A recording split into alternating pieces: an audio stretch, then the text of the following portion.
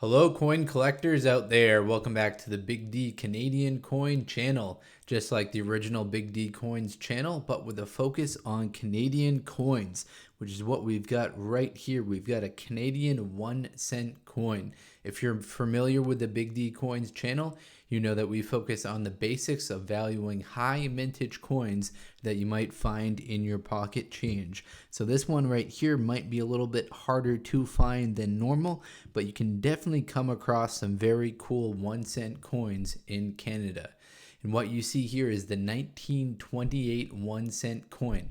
In 1928, the 1 cent coin was produced at the Royal Canadian Mint.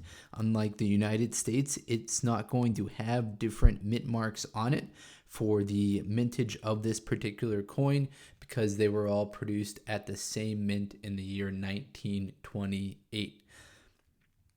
Now let's get into some of the more interesting facts about this coin.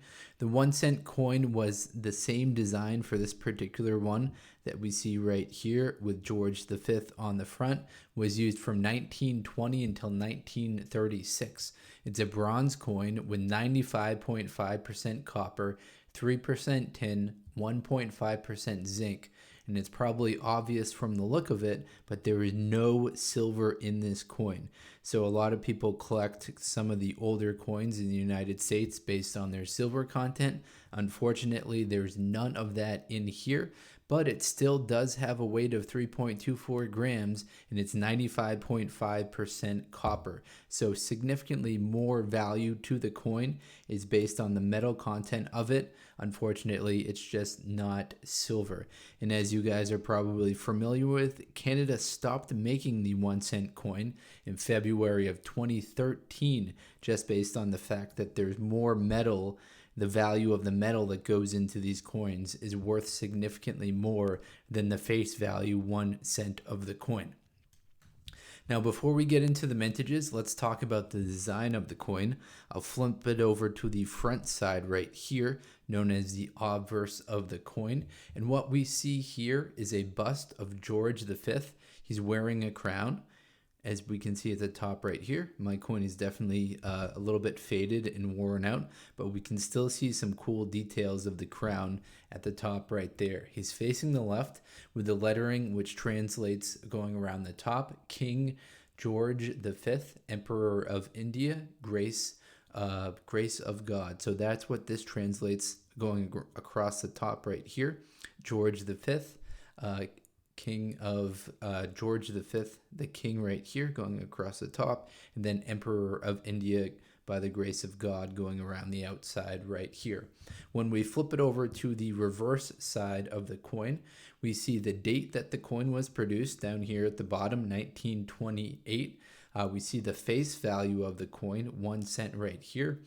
And then we see the inscription going across the top, Canada. So very cool design right there on the back. We've got those maple leaves, which are kind of a very well-known aspect of Canada.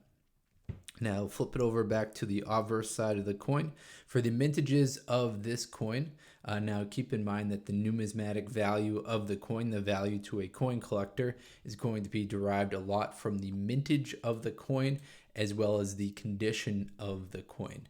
So this coin, let's talk about the mintages first. There were 9,144,860 of these produced in the year 1928. That was the fourth highest production year of this design, with the highest year being 1932, in which there were 21 million of these coins made. We'll flip it back over to the reverse side so you can take another look at it here. See the smooth edges going around the outside of it. Now let's talk about the values of this coin. In good condition, which is probably about what this coin is, it's got some wear and tear to it, but you can still see the fine conditions. This is going to be worth about 13 cents. This is obviously multiples higher than the face value of the coin.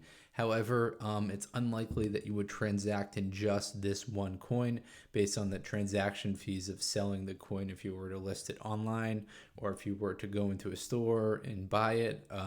Even if they paid you in cash, it's probably still not really worth their time to sell a 1 cent coin for 13 cents.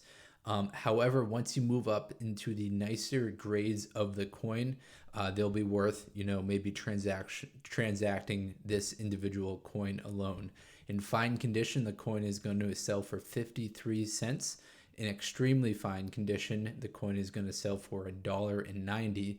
And guess what? In uncirculated condition, this coin can sell for $27. Now remember, it's very unlikely to find a circulated coin in your pocket change, as uncirculated coins are defined as a condition of a coin that indicates there is never been circulated in regular money supply in the economy. When a coin first comes out of the press, it has this luster on it that's only possible through the minting process. The luster quickly fades as the coin circulates. So if you hold this coin under a bright light and you kind of rotate it right here, you don't see it shining at all. So all of that original mint luster has faded from it. Obviously, the luster is kind of easier to see on larger coins than it is on smaller ones, but this coin definitely doesn't have any of that original shine to it that it did when it first came off of the mint. All right, so let's hop into the conclusion of this coin. We covered the metal content, the design, the mintage, and the rarity of the coin.